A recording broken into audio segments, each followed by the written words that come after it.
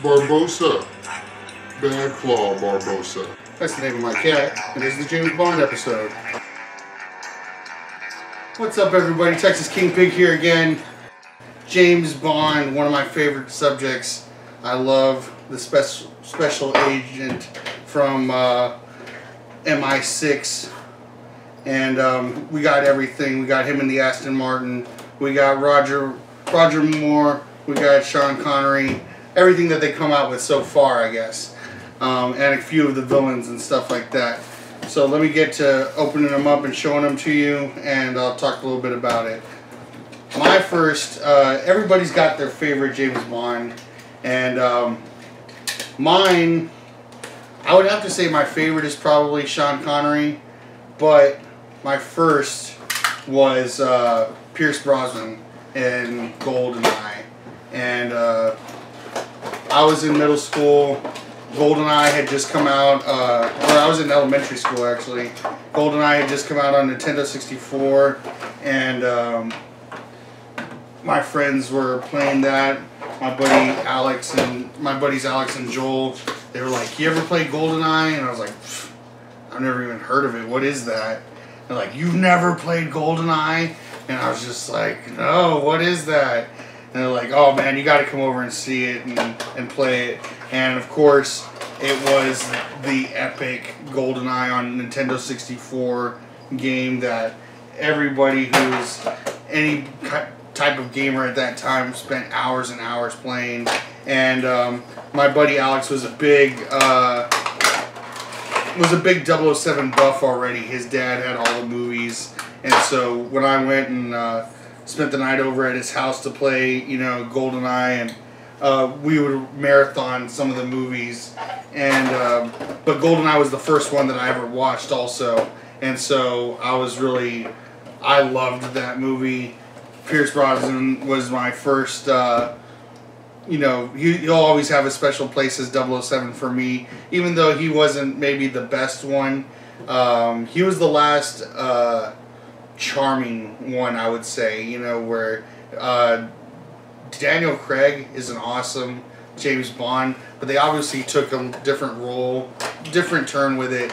A lot of people, since the Jason Bourne movies came out, and those were so high action packed, James Bond kind of got a little bit more action packed as well. Stopped doing as much as the kooky gadgets and stuff like that, and really got more realistic and more brutal, I would say. Not gory or anything, because is good, because my dad would always use 007 as a reference. He loves whenever there would be an excessive gore in a movie, he's like, "Why do we have to watch that?" I love the old James Bond movies where someone gets chopped or shot, and they just grab where they got shot and they go down, and you never see him again, and you just know, okay, that guy's dead. You don't have to see them whoa, pull their guts out or anything like that. Not trying to see Giovanni Ribisi in Saving Private Ryan every time, holding his guts in, oh my gosh.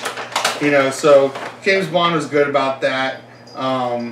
It's a lot of times, even for the adult content, he's always got the little after death puns. He electrocutes somebody and he's shocking, or harpoons some guy underwater and I think he got the point. He always has those funny lines that is just get on with it, man.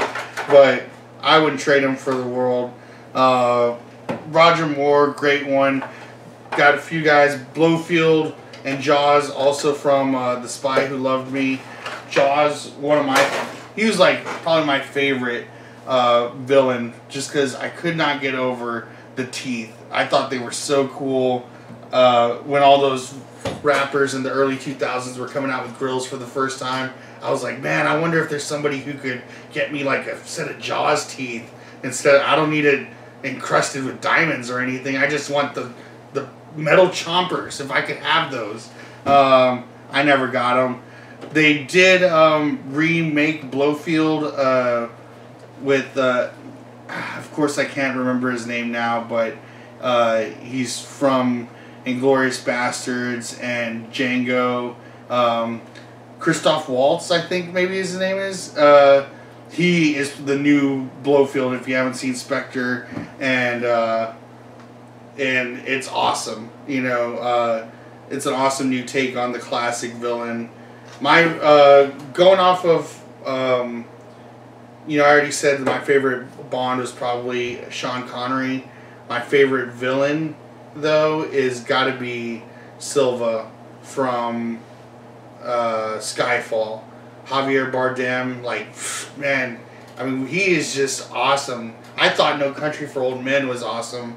And he comes in as Silva, that Bond villain, and, you know, he talks about how he took a cyanide pill, or, you know, and it went wrong and just kind of, you know, destroyed part of his face, and he takes out that denture and his face is like drooping and stuff. Awesome job at being creepy. Awesome job at being just a Bond villain. I love all the Bond villains, and you know, like if I had to do the Make-A-Wish Foundation, I'd be like, make me a Bond villain.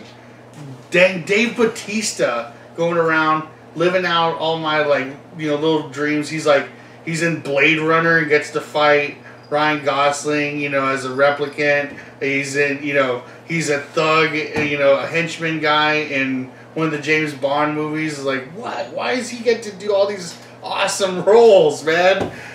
He didn't get any cool, like, you know, like bullion, you know, like, he didn't get any, like, really awesome trademark, though, that I love, that, you know, Oddjob's got the hat, you know, Goldfinger turns people into gold, you know, just obsessed with gold. Jaws, you know, the teeth that can cut through those cable wires and stuff like that. Blofeld, the cat, the scar, you know, the whole #1 thing.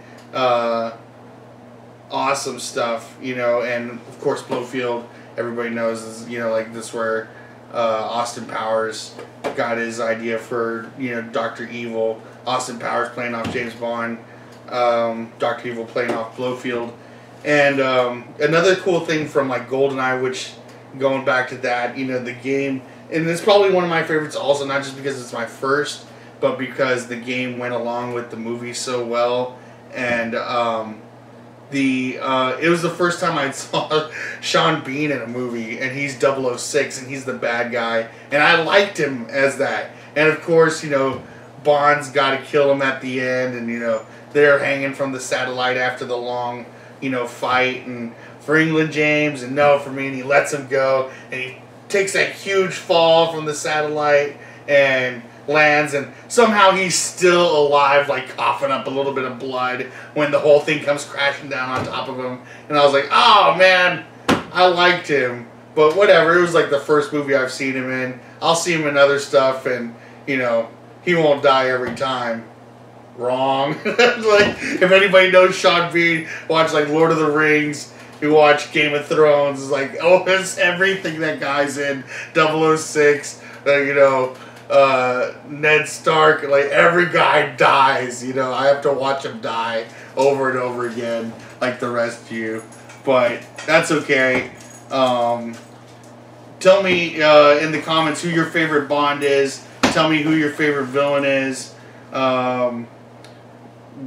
What you like about him, and anything like that. I'd love to discuss that. And you know, another villain I like is Benedict from Last Action Hero, who's Tywin Lannister in Game of Thrones, and he had like the best one, and faced off against Arnold Schwarzenegger in Last Action Hero, and he's got the eye, the fake eye that he was interchanging, made him like almost like a real classic Bond villain, and that's because they're making him cliche, but he always came through with the snap and the dogs, and so yeah, I wanted to be like that. Nemesis, come here. Get up on here. See, got my own attack dog, ready to go. Kill! Oh, he doesn't know that one yet. Give me a kiss. Okay, he's a nice dog. But, so that's this episode. That's this episode. That's James Bond, one of my favorite collections. Talk about it in the comments if you want. Like, subscribe, And I guess we'll see you next time.